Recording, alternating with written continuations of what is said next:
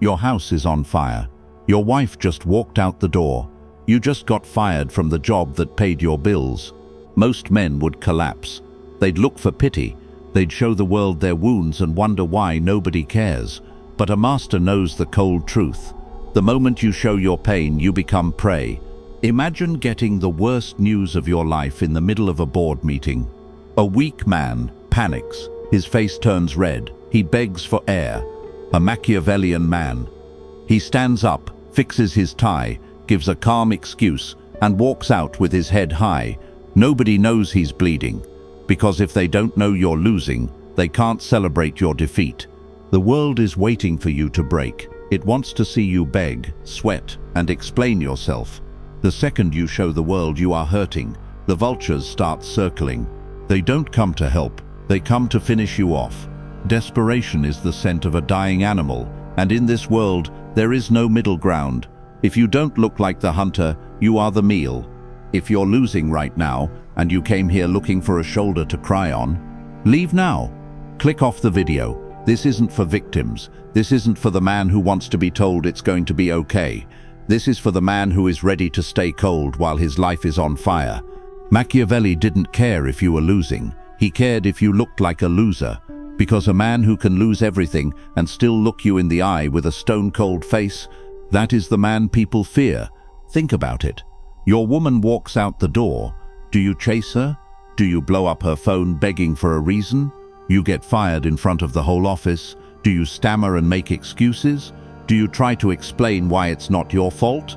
Your house is burning to the ground while you're in a meeting. Do you panic like a child? If you do, you've already lost. Not because of the fire, but because you let the world see you shiver. Today, I'm teaching you the rarest skill on earth, the 4 rules of the sovereign mask. I am going to show you how to walk through hell without breaking a sweat. I will teach you how to stay cold, so that even when you are losing, the world is too terrified to finish you off. By the end of this, you won't just know how to hide your losses, you'll know how to use them to terrify your enemies. Stay until the end, or keep bleeding in public. The choice is yours. You think your biggest enemy is the fire, the debt, or the woman leaving. You're wrong. Your biggest enemy is the look on your face. Most men spend their lives being a billboard for their own misery. They walk into a room and their eyes are screaming for help. Their shoulders are hunched under the weight of a bad week. They think that if they show enough pain, the world will eventually pause and offer them a hand. Listen closely. The world does not have a hand for you. It has a foot, and it's looking for a neck to step on. When you look desperate, you aren't asking for help. You are advertising your vulnerability. You are telling every predator in your circle that the gate is open and the guard is asleep. To survive the collapse, you have to master the first protocol of the sovereign mask. Rule 1. The informational blackout. In the world of power, information is the only currency that matters. When a crisis hits, your first instinct is to talk. You want to explain your side. You want people to understand why it wasn't your fault. Kill that instinct. The moment you are hit by a loss, you must go completely dark. No status updates, no cryptic quotes, no calls to check in with people who are just waiting for the gossip. You must become a ghost. Most men do the opposite. When they get hit, they start leaking data. They post cryptic quotes on social media. They call their friends to vent. They walk into the office with a clouded expression, hoping someone will ask, "Are you okay?" That question is a trap. The moment you answer it, you are dead. If you tell them you're struggling, you have given them the exact coordinates of your weakness. You have told them where to strike if they ever want to move you out of the way. The informational blackout means that no matter how hard you are bleeding internally, the data you feed the world remains unchanged. If your bank account is at 0, you walk into that coffee shop with the same posture you had when it was at 10,000. If your relationship ended an hour ago, you show up to the gym and hit your sets with the same cold focus as yesterday. You do not talk about it. You do not hint at it. You deny the world the satisfaction of knowing they have a lead on you. By the time they realize you are in trouble, you should already be halfway through the solution. Control the flow of information, and you control the perception of your power. But holding your tongue is only half the battle. You have to handle the pressure that builds up when the world starts testing your frame.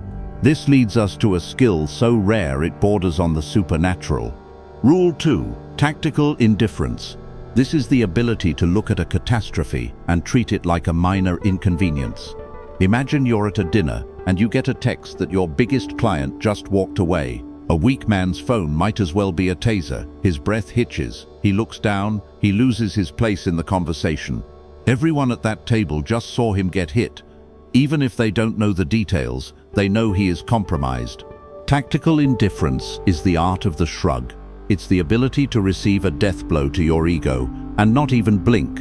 When the woman you love tells you she's done, you don't argue. You don't ask why. You don't try to win her back with logic. You look at her with the same casual interest you'd give a stranger asking for directions, and you say, "I understand."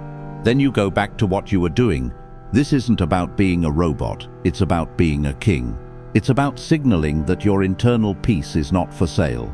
When you show the world that their chaos cannot move your needle, they lose their power over you.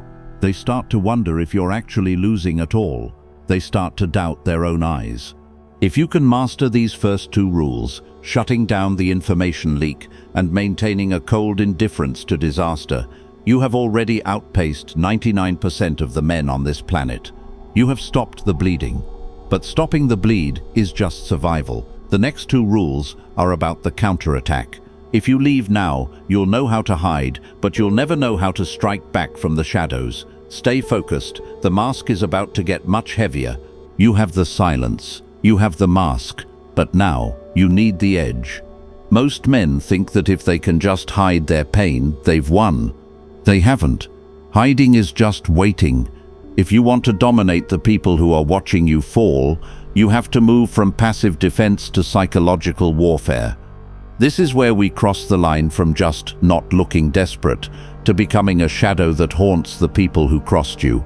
This leads us into the 3rd rule, the rule of the selective void.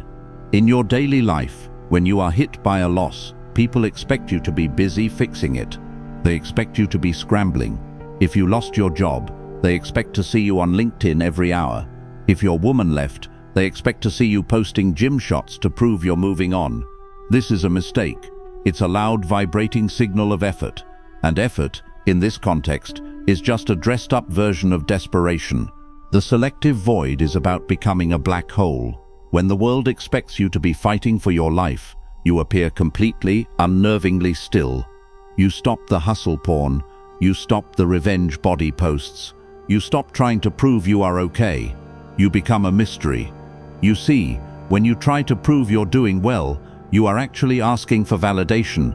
You're saying, "Look at me. Please believe I'm not hurting." The Machiavellian man doesn't ask for belief. He leaves a void where his desperation should be, and he lets the other person's imagination fill it with fear. Think about the person who walked away from you. They expect you to be the one who lost. They are waiting for you to reach out, to fail, or to show up looking haggard. When you offer them a selective void, total, effortless silence combined with a lack of any outward improvement signal, they stop feeling pity and start feeling uneasy. They start to wonder, why isn't he panicking? What does he have lined up that I don't know about? You aren't just surviving the loss. You are making them regret the move they made against you. You are winning the war of nerves by refusing to even show up to the battlefield. But even the void is just a setup for the final, most ruthless law. This is the skill that separates the man who survives from the man who reigns.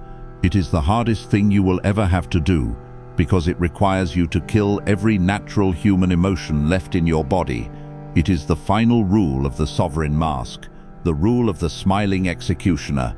Machiavelli understood that the highest form of power is the ability to be friendly to your enemy while you are planning their total erasure. Most men, when they are losing, get cold in a way that looks bitter. They get a chip on their shoulder. They act tough and aggressive. This is a massive tell. It shows the world that you are defensive. It shows you've been hurt. The smiling executioner does the opposite. When you are at your absolute lowest, when your bank account is zero and your reputation is in the dirt, you don't walk around with a scowl. You walk around with a calm, genuine, effortless warmth. You are polite. you are charming, you are helpful. Why? Because a man who can smile while his world is burning is a man who is perceived as having an infinite reserve of power. If you get fired, you don't walk out with your head down or a middle finger up. You shake your boss's hand, thank them for the opportunity with a steady gaze and a relaxed smile, and you walk out like you just won the lottery. You leave them confused. You leave them wondering if they made the mistake. You don't do this to be nice. You do it because it denies them the satisfaction of your suffering. You rob them of their victory. This is the ultimate psychological payoff. When you master the sovereign mask, you realize that your internal state doesn't matter. Your house can be ash, your heart can be broken, and your pockets can be empty, but as long as you control the image, you control the outcome. You become a man who cannot be taunted, cannot be bullied, and cannot be broken, because you have detached your identity from your circumstances. People will watch you walk through hell with a smile on your face, and they will realize that there is no weapon in their arsenal that can touch you. You have become the hunter again, not because you have the most money or the most toys, but because you have the most discipline. You have the sovereign mask. The world is full of men who bleed in public. They beg for attention, they cry for help, and they wonder why they are always at the bottom of the food chain. You now have the codes to be different. You know how to go dark, how to stay indifferent, how to create a void, and how to smile when you should be screaming. The question is no longer about whether you will lose again, because in this life, everyone loses eventually. The question is, the next time the fire starts, will you run out screaming like a victim? Or will you fix your tie, adjust your mask, and walk out like a king? The choice has always been yours, but now you no longer have an excuse to choose wrong. Stop bleeding, start leading. The mask is on. Look at the men around you. When things go sideways, they start talking, they start explaining. They post quotes on their stories about fake people or new beginnings. They think they are being deep. They think they are showing strength. They're not. They are broadcasting their bankruptcy to the entire world. They are shouting, "I am hurting, please look at me." If that's you, stop. You are making yourself a target. Every time you try to explain why you failed, you are just confirming that you've been beaten. You're trying to manage people's opinions of you because you're terrified of being seen as a loser. But here is the hard truth. People don't care about your why. They only care that you fell. And the more you talk about it, the more they enjoy the show. Think about your last big loss. Maybe it was a girl who walked away, or a promotion that went to someone else. What did you do? You probably went looking for a witness. You called a friend to vent. You showed up to the next hangout looking a little more tired, a little more bitter, hoping someone would ask if you're okay. You wanted that hit of sympathy, but sympathy is just a polite way of saying someone feels superior to you. You are trading your status for a moment of comfort. It is the worst trade a man can make. A man who has mastered his own image doesn't need witnesses for his pain. He understands that his private life is a black box.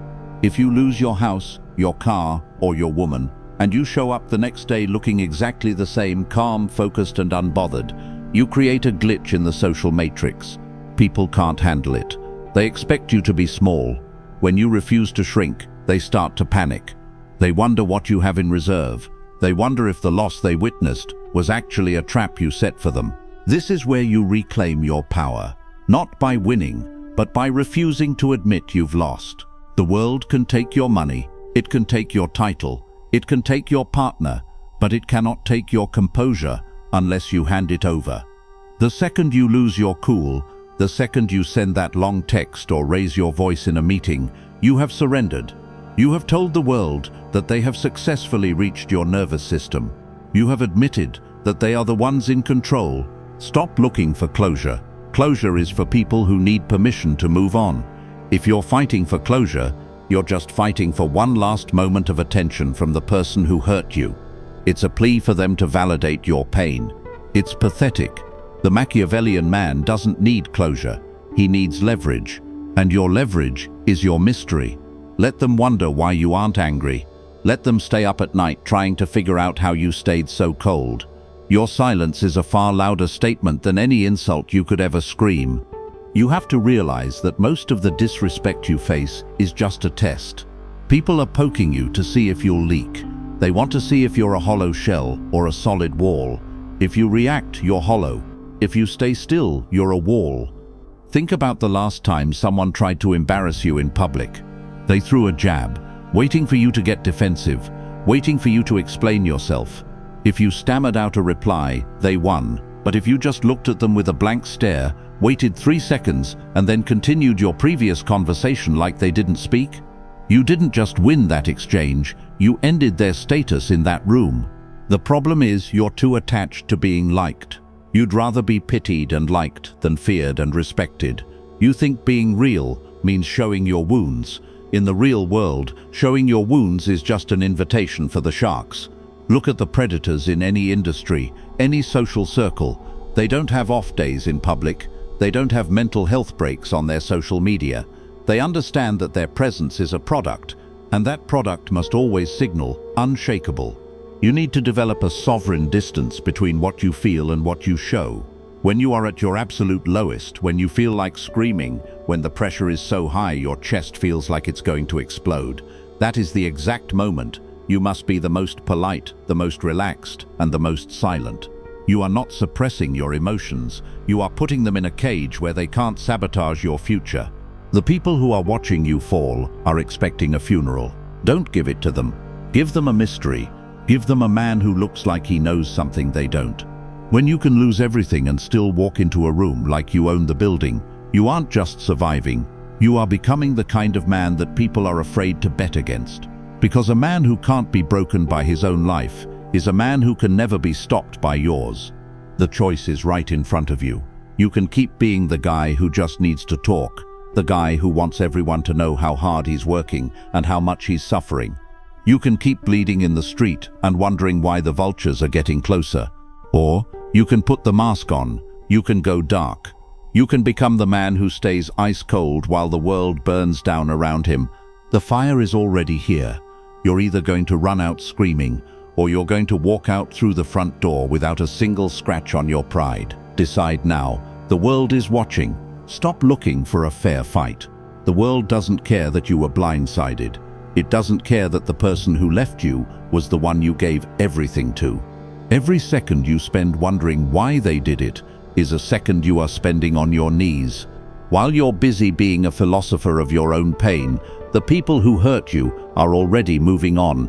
They are counting on your despair to validate their decision. They want to see you fail because it proves they were right to let you go.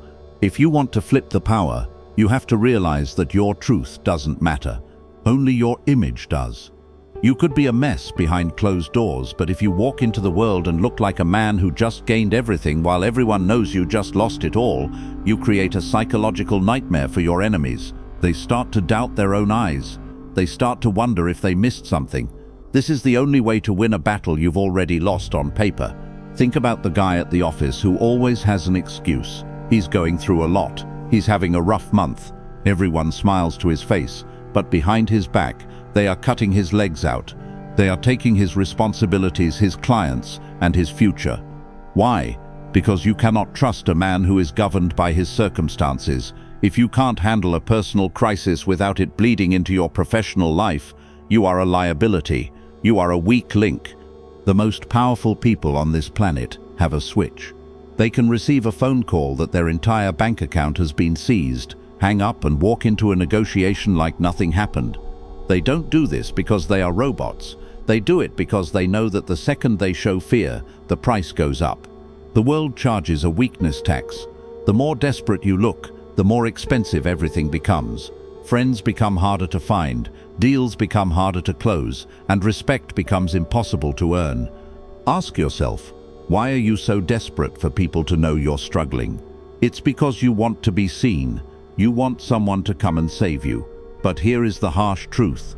Nobody is coming, and the few people who do show up to help are often just there to watch the car crash from the front row. They want to feel better about their own lives by comparing them to yours. Every time you open up about your struggle, you are feeding their ego and starving your own. You need to become comfortable with the idea of being the villain in someone else's story. If someone leaves you, let them tell everyone you're cold. Let them say you didn't even care. Most men are so terrified of being called heartless that they perform their grief like a stage play just to prove they have a soul. Stop performing. If being powerful means being called heartless, then be heartless. It is better to be feared for your silence than pitied for your tears. Look at your phone right now. How many people are you waiting to hear from? How many conversations are you keeping alive just because you're afraid of the silence? That silence is where your power grows. When you stop chasing, you become the one being watched. When you stop explaining, you become the one being interpreted. This is the transition from a man who is being dealt with to a man who is dealing. You have been looping in the same behavior for years because you're addicted to the release of venting. You think that talking about it gets it out of your system. It doesn't. It just reinforces the trauma. It makes the loss the center of your identity. You become the guy who got cheated on, or the guy who got screwed over. You are literally building a monument to your own defeat. Tear it down. Today is the day you stop being an open book. From this moment on, your life is a fortress. No one gets to see the blueprints. No one gets to know the damage. If you're hurting, do it in the dark. If you're losing, do it in private.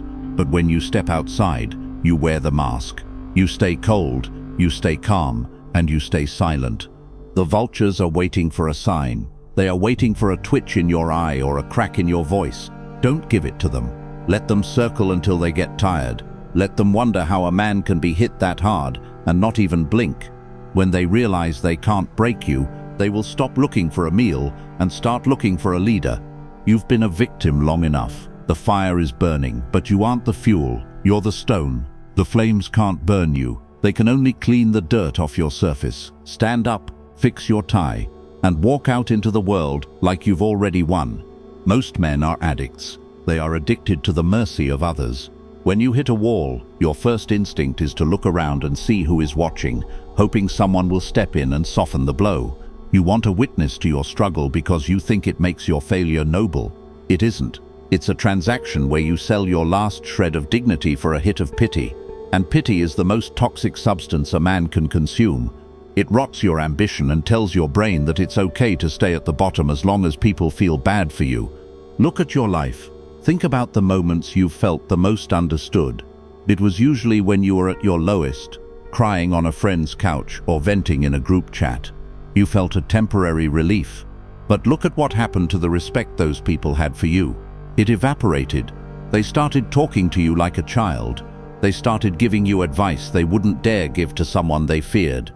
You traded your status for a hug, and now you're wondering why no one takes you seriously. You've become the charity case of your social circle. The Machiavellian man knows that it is better to be hated for your strength than loved for your weakness. If you are losing, you must become a fortress of one. You don't need support, you need a strategy. And a strategy requires a clear head, not a bleeding heart. When you stop looking for mercy, you start looking for exits. You stop asking, why me, and start asking, what now? This shift in focus is invisible to the world, but it is the exact moment you stop being a victim and start being a threat again. Think about a high-stakes negotiation. If the other side knows you need the deal to survive, they will strip you to the bone.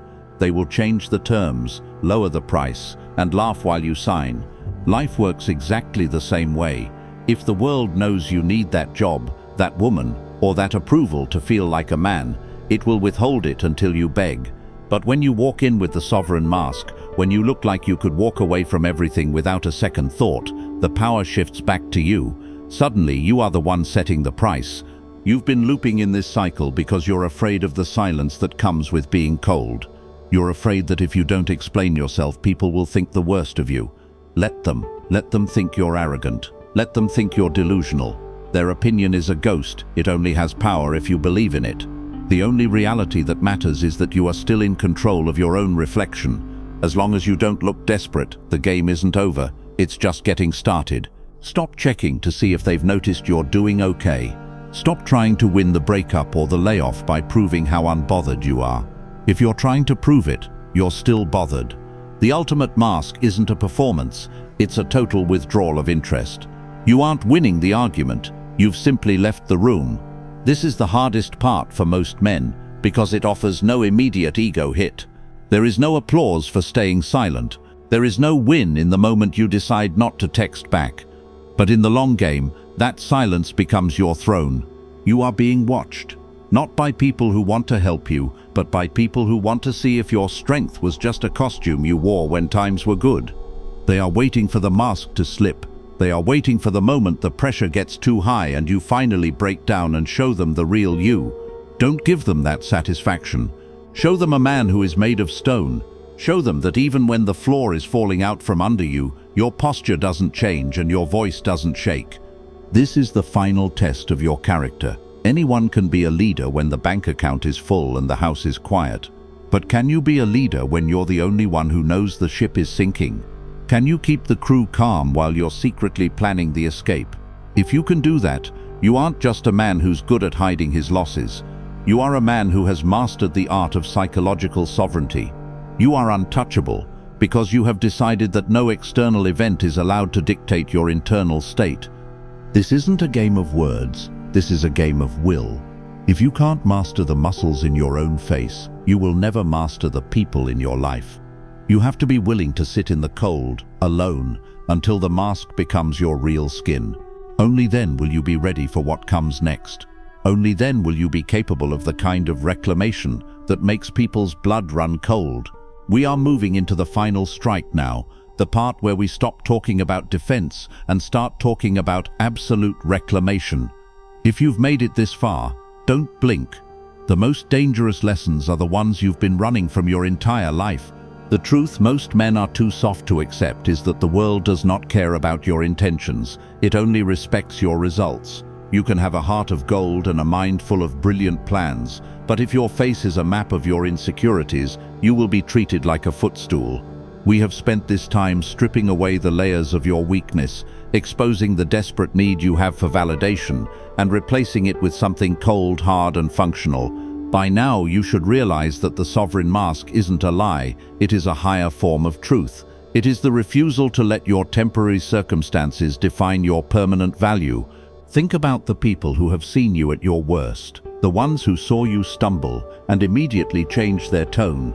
They stopped looking you in the eye. They started talking down to you. They didn't do that because they are bad people. They did it because you signaled to them that you were no longer a threat. You gave them permission to disrespect you the moment you let your desperation leak into the light. You must understand that respect is not a gift. It is a defensive perimeter you maintain through absolute emotional discipline. If you don't guard that perimeter, don't be surprised when people start trampling over your life. This is the final transition. You are moving from a man who hides his pain to a man who has mastered it. When you can sit in the wreckage of a failed business or a broken relationship and still maintain the same calm, predatory focus you had at your peak, you become dangerous, because you are no longer predictable. Most men are easy to read. You just hit them where it hurts and watch them scramble. But a man who stays cold while he's losing, he is an anomaly. He is a ghost in the machine. He forces his enemies to second-guess every move they make. They begin to fear that your loss was actually a calculated sacrifice to lure them into a trap. The fire that is burning in your life right now is not your end, it is your forge. Every time you choose silence over complaining, every time you choose a cold stare over a desperate explanation, you are hardening your soul. You are becoming the kind of man Machiavelli wrote about, the one who understands that power is a game of shadows and light. You don't need to win every battle to win the war. You just need to be the only one left standing when the smoke clears, with your tie straight and your gaze unblinking. If this message resonated with you, if you felt the weight of these truths, and you recognize the patterns that have been holding you back, then align yourself with this mindset. Like this video to signal that you are no longer a victim of your own emotions. Subscribe to this channel if you are committed to the long-term project of building a life of total psychological dominance.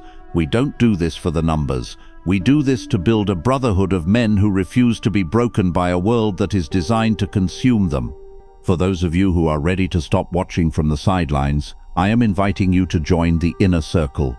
Click the join button below to align with the sovereign few who master their mask, while others bleed in public. The membership is not for everyone.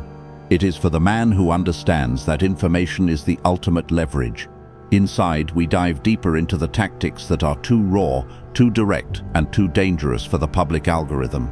We discuss the blueprints for social control, the mechanics of high-stakes leverage, and the psychological protocols for rebuilding an empire from absolute zero. Joining the circle is not a favor to me.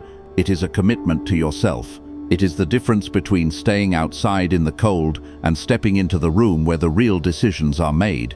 If you have the discipline to handle the truth without the cushioning, the door is open. If not, stay where you are. I want to acknowledge those of you who stayed until this final second. Most people have the attention span of a child. They checked out the moment the truth got too uncomfortable. The fact that you are still listening proves you have the discipline required to actually wear the mask. You have earned this insight through your focus. Do not waste it. Do not go back to your old habits of venting, chasing, and begging for a seat at the table. The world is still waiting for you to break. It's watching you right now, looking for a crack in the stone. Don't give them the satisfaction. Go back out there.